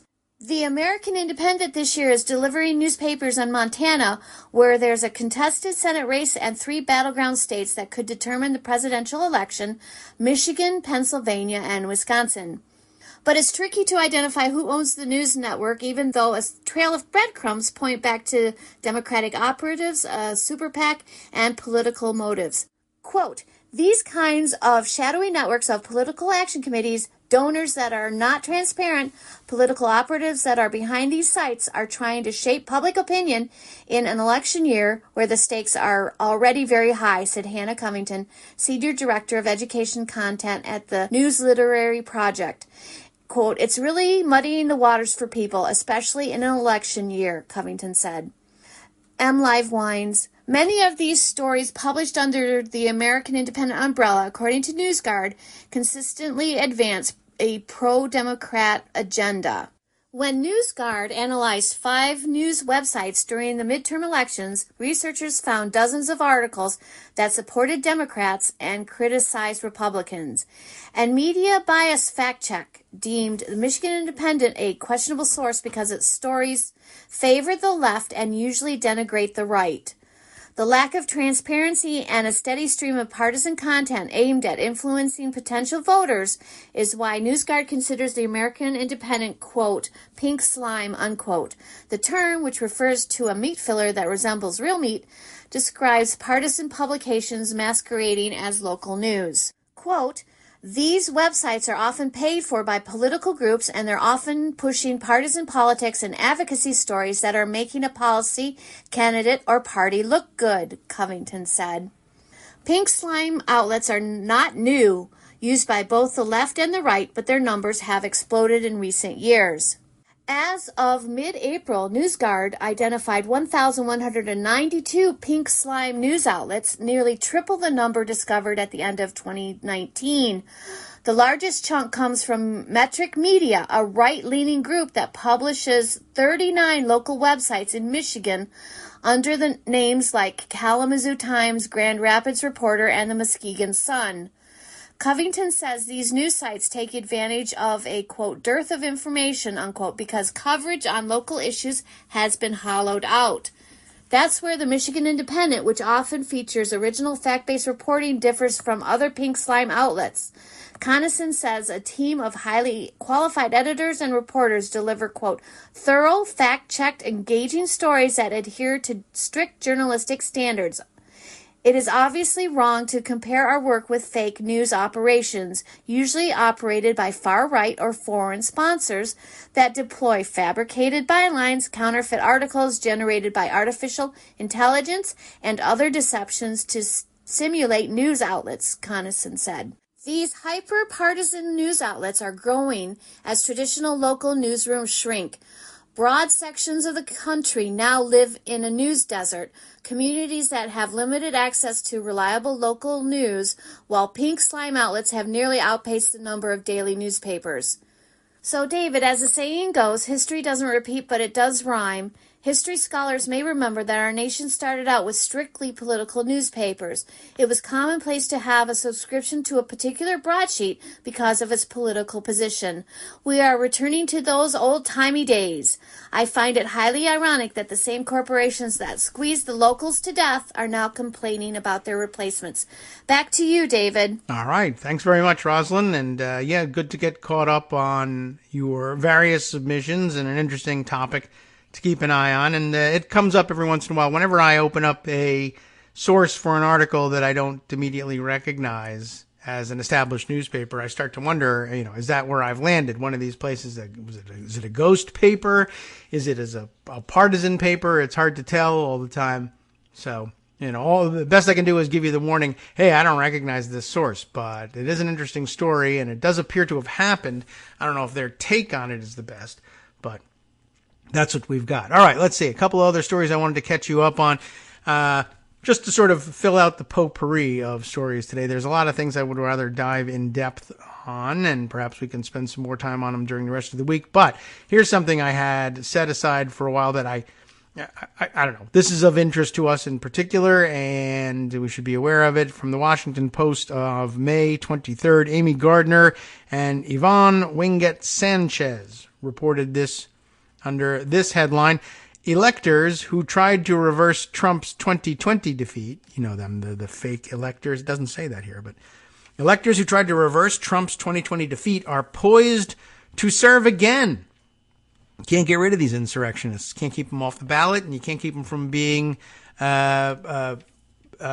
nominated as prospective members of the Electoral College again.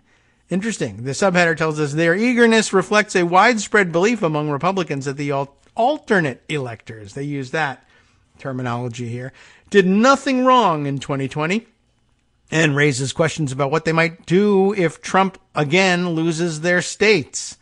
Probably the same thing, I guess, unless they've been, locked up, and it doesn't look like we're going to get to that anytime soon. Republican activists in at least 3 states where Trump tried to reverse his defeat in 2020, nearly all of them under criminal indictment for casting electoral votes for him despite his loss, are poised to reprise their roles as presidential electors this year.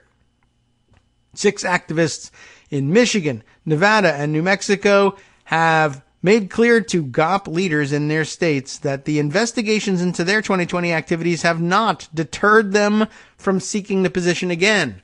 Of course not. And, of course, if they succeeded in casting their votes that way, or even if they didn't succeed, but Donald Trump succeeded in somehow seizing power, whether through election or otherwise, they would, of course, be pardoned of those federal crimes. So I'm sure that's what they're going for. Their eagerness to serve and encouragement to do so from their parties reflects a widespread belief among Republicans that the electors did nothing wrong in 2020. Not true. Raising the question of what they might do or say if Trump once again loses any of those states. Would they be willing to convene again and cast electoral votes for Trump? Would the Trump campaign try to organize such an effort? What might Trump ask of them, and how far would they go to help him return to power? Probably at that point, if we were to just lose the election again, they'd probably just say, well, I don't know, we'll try to convene as Electoral College again, but it doesn't really matter. We're just seizing power, period, and it's the end of the Constitution, so what the hell? Though they might say things would go better if we had the appearance of adhering to the Constitution, even if people would have to be idiots to believe that this was really in compliance with the Constitution. Well, there is no hesitancy at all to be put in that same position again, said Pete Hoekstra, chairman of the Michigan Republican Party. They would be excited by the opportunity to do it, and I think he's saying so approvingly. The nation's presidential electors, apportioned to the states according to the number of their congressional seats, make up the Electoral College. In fact, the whole thing is, made up. That's true. Which is empowered by the Constitution to determine the outcome of the presidential election every 4 years. Typically, only the electors of the winning candidate meet. That's a hell of a way of putting it. And cast votes in the weeks after the election. But in 2020, 84 Trump electors met in 7 states that Democrat Joe Biden had won. In 4 of those states, 35 of the electors face criminal charges related to those votes. In Georgia, Nevada, and Michigan, they have all pleaded not guilty. In Arizona, 9 of the 11 electors have pleaded not guilty, while 2 have not yet entered pleas. Hoekstra said 3 of, or is it Hoekstra? Is that the better pronunciation of it? Hoekstra said 3 of Michigan's 16 Trump electors from 2020 have approached him to say they'd like to do it again, although he did not provide their names. And by the way, I don't know how frequently the electors get to go again. Generally speaking, it's a plum little award that they give you. You might not have a chance to act as a member of the Electoral College. Oh, that used to be the case. Because, of course, your candidate could lose, in which case you're not supposed to meet and cast your votes, but they went ahead and did it anyway. So now it must be even more exciting. No matter what happens, whether we win or lose, we're going to meet and cast votes. Yay, how interesting. But because it's a fun little award, it's something that I think that they would probably distribute a little differently. And also because they tend to go to party leaders in the state, and those leadership roles tend to change hands from time to time. And somebody who's already done it once would say, oh, give it as a nice reward to somebody else. But interestingly, they want a chance to go again, even though they got them in trouble. But anyway, let's see. All 16 in Michigan were indicted last year on charges that they submitted false documents, which they did, claiming that Trump had won the state, which he did not. The decision about this year's slate of electors rests with the delegates to the party's state convention, which convenes in August, but Hoekstra said he has no problem with 2020 electors serving again. That's bad news. The story is playing out similarly in other states where Trump electors convened on December 14th, 2020 to cast electoral votes for him after results had been certified for Biden. In Nevada, 2 of the 6 Trump electors, Michael McDonald, they shouldn't even call them Trump electors. They're not. They're not electors. They're prospective electors at best, but they weren't elected to the Electoral College. They're not electors.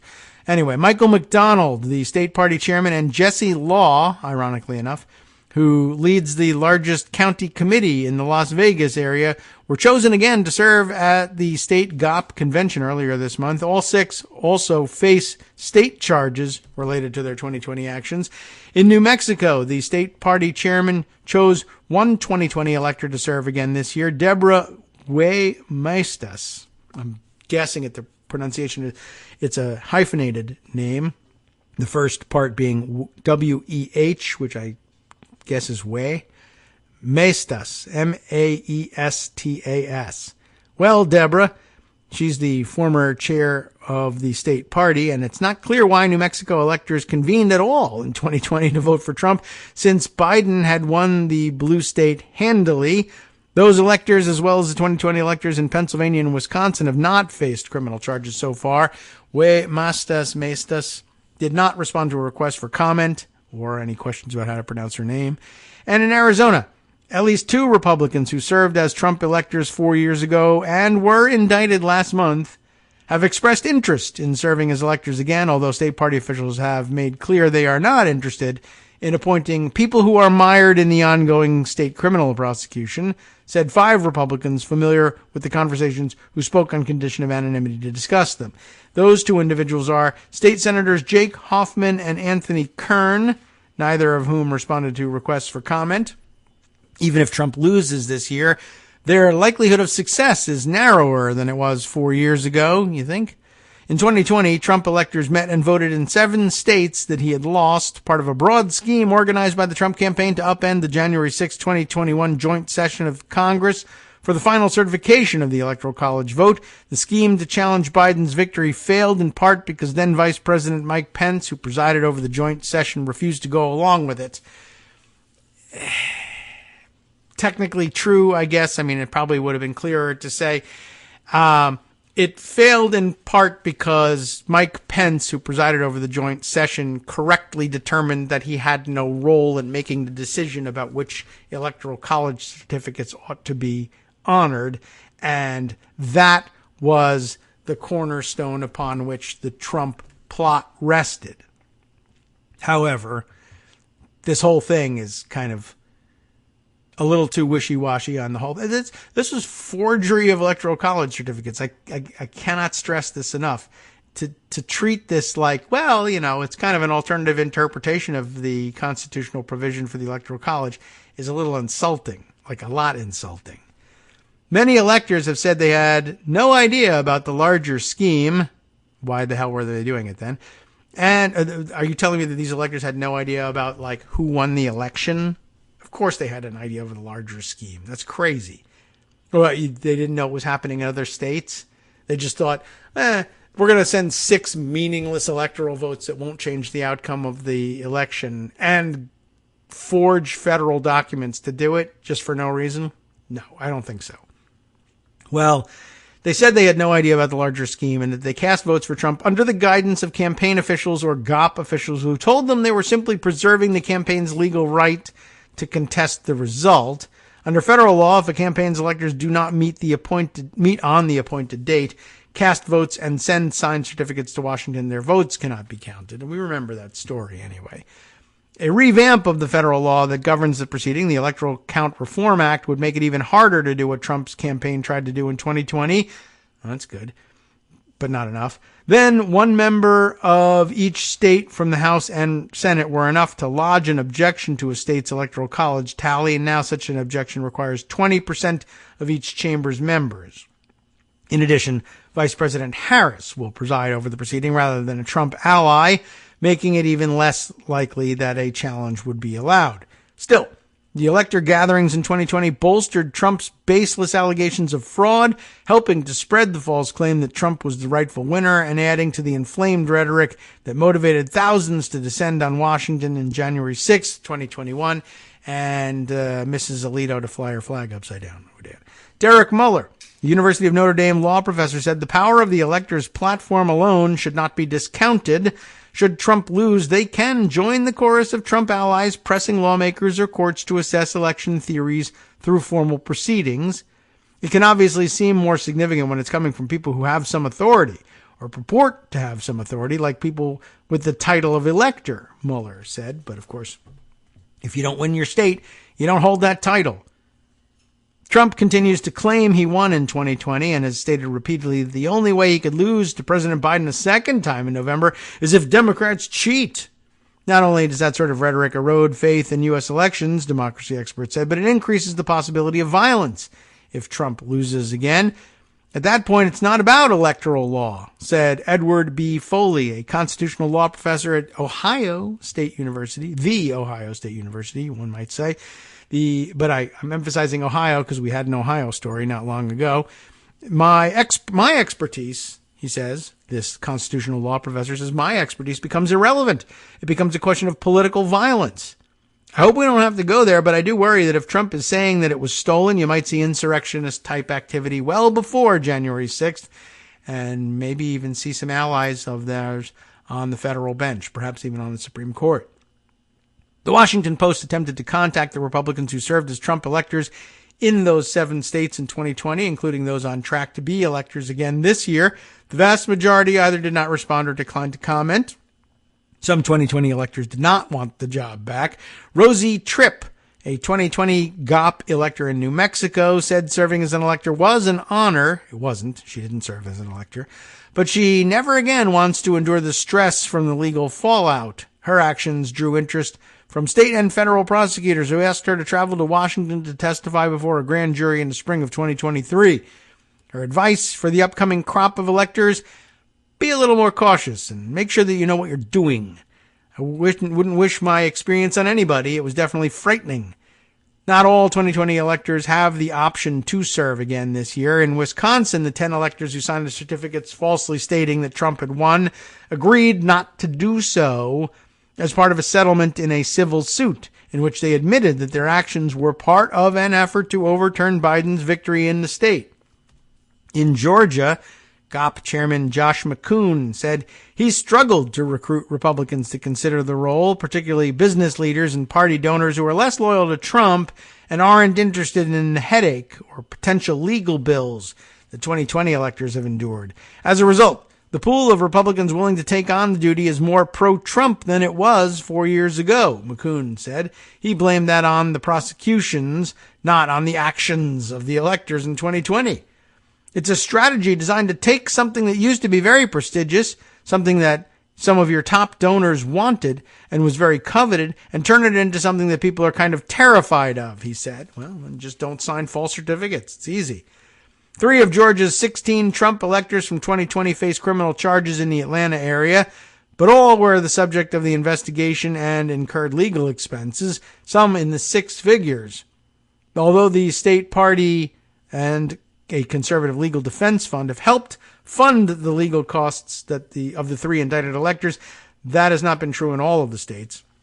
I'm snake bit, said Ken Carroll, a 2020 Trump elector in Georgia who was not indicted and has no interest in serving again. Let's face it, the election didn't go exactly the way we'd hoped it would last time.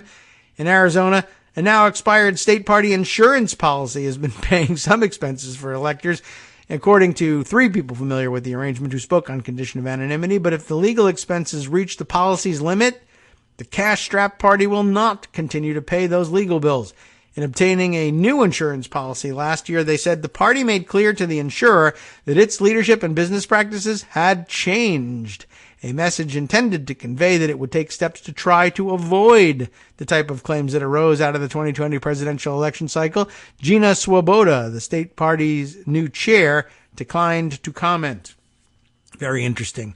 Well, we're just about out of time here, and though this continues on, I had intended to get to yet another article to fill out the the potpourri here. But we might as well just continue on and read a little bit more of this before offering you the summary of what comes up next here on Netroots Radio. Just jumping forward here. How electors are appointed varies by state, of course. In many, those interested in serving must stand for election at the state convention, and in others, including Arizona, the selection of electors is at the sole discretion of the GOP party chair. Some Arizona party officials and their allies hope to recruit business leaders, longtime donors, and current and former elected officials to serve as electors, according to Republicans familiar with their thinking. Not only would this perhaps avoid a repeat of what happened in 2020, could build goodwill with wealthy or individual influential Republicans who have been alienated in recent years.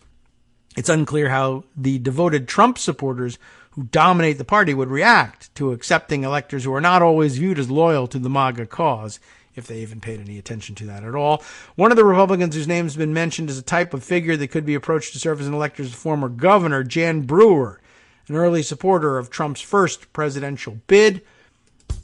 And who has spoken out against the election denialism that has gripped the battleground state and faced ridicule for backing GOP candidates who were critical of Trump.